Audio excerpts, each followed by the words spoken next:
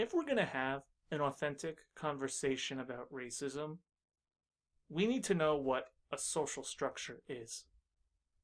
Now, you're in a history class, or if you're just listening, you might have been in a history class. A social structure is a system where countries or societies organize the people living within them. And this organization is often done by who has the most power and influence versus who doesn't. Think of India. Traditionally, with Hinduism, that's the system they use, and the caste system. You know what that is, right? The caste system, where people are reincarnated into certain castes, and there are those at the very top, the high priests, and those at the very bottom, the untouchables. They're treated very differently, aren't they? Also, think about Confucianism in China. How their social structure was based off of gender, where men were given significant power in society over women. In both of these societies, institutions were set up to defend social structures. Schools, economics, and even the government were all involved in preserving social structure. Because social structure is the glue that holds society together. Rather, social structure is the foundation of every society. And it informs the citizens living within this country how they should live their lives and what role they play. And also, it determines their futures. Think about China. Their social structure, Confucianism, was based off gender. And women were not given the equal status in the social structure. Therefore, when we look at the long-term effects of Confucianism, we see a high death rate and abortion rate of female babies compared to male babies. Why is this? With the one-child policy, we see many families preferring boys over girls. So, the whole point here is social structures have genuine impacts on the people living within these countries today. So now that we know social structures, I also want you to be aware of social forces. Social forces are what those at the very top of the social structure, those with the most power, those are actions that they take to preserve their place. Have you ever played King of the Hill as a kid? When you have to try to stay on top of the pile and throw anyone down who tries to take you off? That's basically what social forces are. These are things that keep those below you in that social pyramid down where they belong, so that you, at the very top, could preserve your place. In ancient China, the people at the top of the social structure used institutions to do this. If you wanted a position in the government, you had to take a civil service exam based off of Confucianism, and women were not allowed to take this test. Other institutions, such as schools, were formed, where young children who went to school in China had to learn these ideas, that men were superior than women, and women had to submit to men. So we see institutions play a role in social forces, because those in power are the ones who have the ability to build these structures that preserve those in power. Kind of like preserving your spot at the top. It's basically how they play King of the Hill. So now that we know about social structures and how social forces preserve power, let's talk about the Americas, and let's talk about racism. So in the Americas, and in particular the United States, social forces and social structures exist. They exist in every country. But the very genesis of this country was baptized in a very strict and codified hierarchy. Institutions like economics, law, school, hospitals, healthcare, and the government were all informed and created to preserve this hierarchy. This social structure was created in the 1500s in the USA, but it was not based on relationships or gender like Confucianism. Rather, it was built on race. Moreover, racial supremacy, the idea that one race is favorable over the other. When one race is favored over the other, that means that the people of the quote-unquote lesser races, those not at the top of the social pyramid, have completely different lives and completely different experiences than those at the top. The long-term result of this social hierarchy, created in colonial times, is the inequitable distribution of wealth and opportunity for people of color, while those of white color are given more privilege and more authority. By the time I'm recording this on April 29th, 2020, we in the United States are dealing with the COVID-19 pandemic. This pandemic is infecting and changing the lives of many American citizens.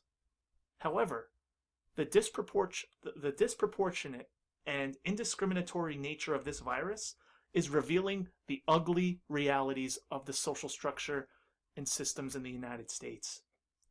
The mayor of Chicago, Mayor Lori Lightfoot, reported that 72% of the people in Chicago who died of COVID-19 are black, despite African Americans only making up just 30% of the city's population.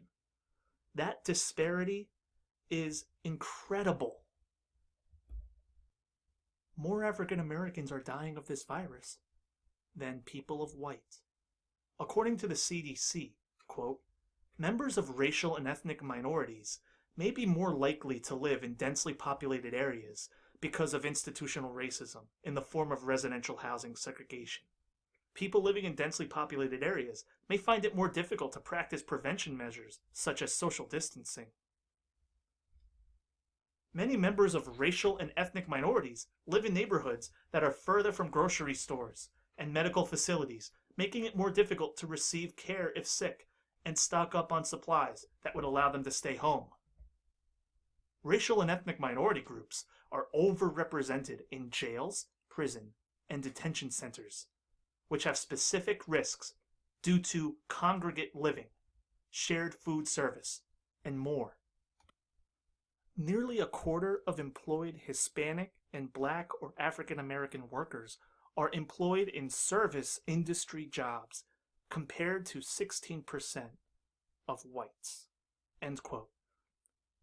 What this means is African Americans are more exposed to the virus because of the job opportunities they have, the low income work, and the housing that they live in.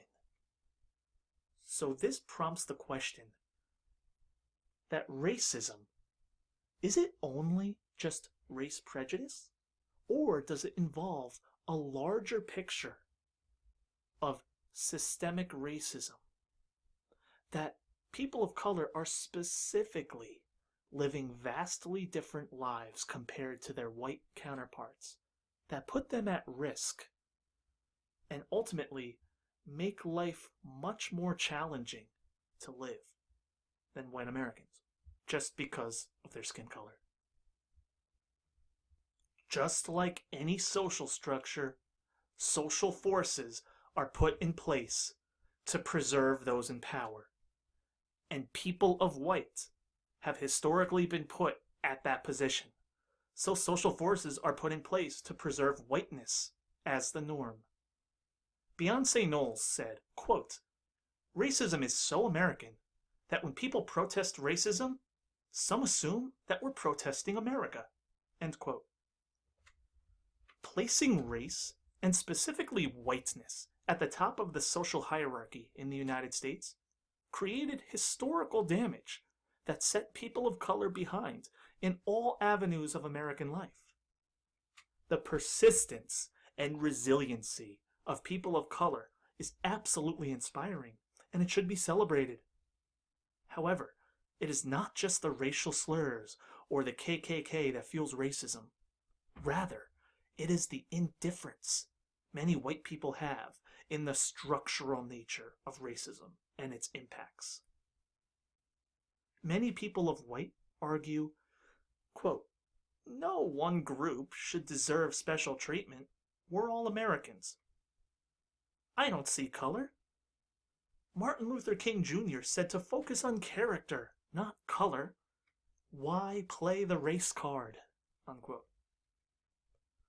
What this does is that it dissolves the unique barriers placed on people of color because of their color and hold it to a collective standard, a white standard, that we're all the same. When in reality, this historic social structure has not treated everybody the same. And I want you to take a look at the cartoon that is the thumbnail for this video here. Equality is sameness, that we're all treated the same no matter what. But the social structure crafted variation and different experiences in people. So equality does not work. Rather, if we really want to be serious about confronting racism, equity is the way we should look at it. And equity means fairness, where some people, due to the social structures and systemic nature of racism, are not given the fair opportunities to living a safe life, as discussed from the COVID-19 discussion. The history of colonialism, the social structure that informed it, and the institutions that defended it did not treat everyone the same. This mentality of treating everyone the same in equality cheapens the historical damage and impact race plays in the United States. It is also the reason why people of white struggle with having conversations about race. They may not know the history or hold the belief that this history matters. You know, slavery ended years ago. Jim Crow was abolished. The civil rights movement happened. Move on. We're all equal. We're all Americans. But history matters. It made you who you are today. Your immigrant ancestors worked hard to get you to where you are today. Many of you have the privilege of living comfortable lives because your ancestors worked so hard for you. Be proud of that history because it molded who you are. But we need to study the history that created racism. We need to explore the creation of colonial structures based on white supremacy because it caused the racism that we see today. People of white have the luxury of disengaging from painful realities that these social structures created because they do not impact people of white. The COVID-19 virus is a good example of the disproportionate nature it's having on people of color. However, people of color do not have the luxury of disengaging. They must carry the emotional weight of these racial burdens that this old colonial structure placed on them. So, moving forward with this unit, to help reframe our understanding of racism, try not to view racism as an individual thing.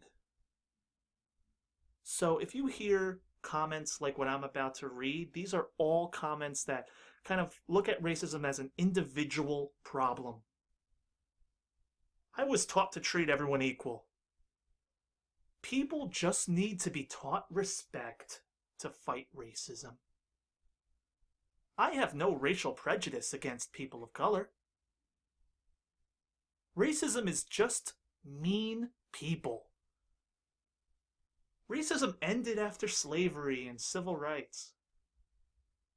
Only bad people are racist. So, all of those quotes that I just said, all of these shake off racism as just something done by mean people. And it shuts us from taking or talking about the real problem. What's the real problem here? Social forces from a colonial social structure created institutions that defended racial inequity, giving more opportunities to people of white and less to people of color. Rather, if you view racism as a large macro problem, we can combat these social forces. So, my lovely students, this conversation and this module that we're going to have about race will be uncomfortable. We will have to explore how the society that we live in today has roots in the era of colonialism. And these roots created institutions and social forces that benefited white people and gave them privileges at the expense of people of color. And at every stage, people of color have been dehumanized and disregarded, and whiteness has been the norm. So we need to decenter ourselves from whiteness and look at how institutions and social structures have treated people of color differently. And that is racism. So if we could fight this, we need to understand that this problem is just bigger than mean people. This is a large societal issue that could be discovered and fought against if we look at the history.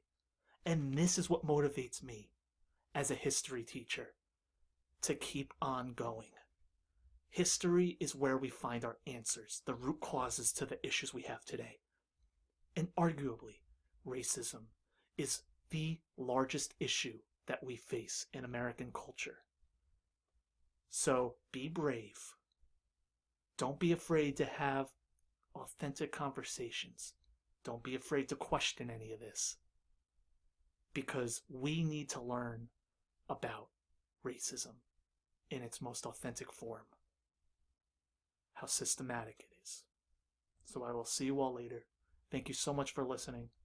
And email me or message me if you have any questions about this lecture. Thank you.